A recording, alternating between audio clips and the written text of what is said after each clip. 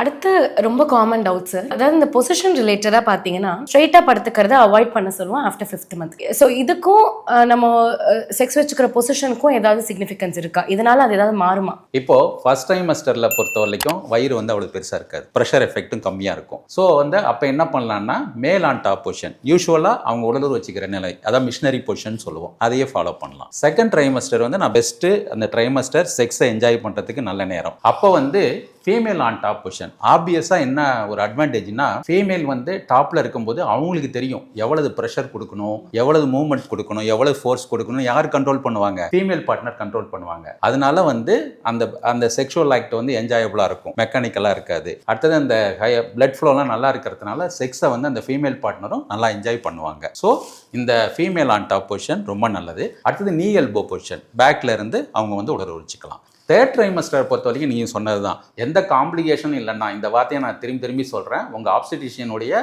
ஒரு நாலேஜை வந்து நீங்கள் கேட்டுக்கிட்டு அதுக்கப்புறம் இதில் ஈடுபடுறது ரொம்ப நல்லது. அதுக்கு வந்து என்ன பொசிஷன் ஆப்ட் அப்படின்னாக்க, இதுதான் காட் இருக்குன்னா அந்த எட்ஜில் வந்து ஃபீமேல் பார்ட்னர் படுத்துக்கிட்டு காலை மடக்கி வச்சுக்கணும், மேல் பார்ட்னர் வந்து கீழே வந்து ஒரு பில்லவை போட்டு முட்டி போட்டுக்கிட்டு நீங்கள் உடலுறவு வச்சுக்கிட்டிங்கன்னா ஈஸியாக இருக்கும். இல்லை அப்படின்னா இன்னும் எனக்கு வந்து கரெக்டாக என்னால் பண்ண முடியுது ஆக்டிவாக அப்படின்னா ஃபீமேல் ஆன் டாப் பொசிஷன் கூட நீங்கள் சூஸ் பண்ணிக்கலாம்.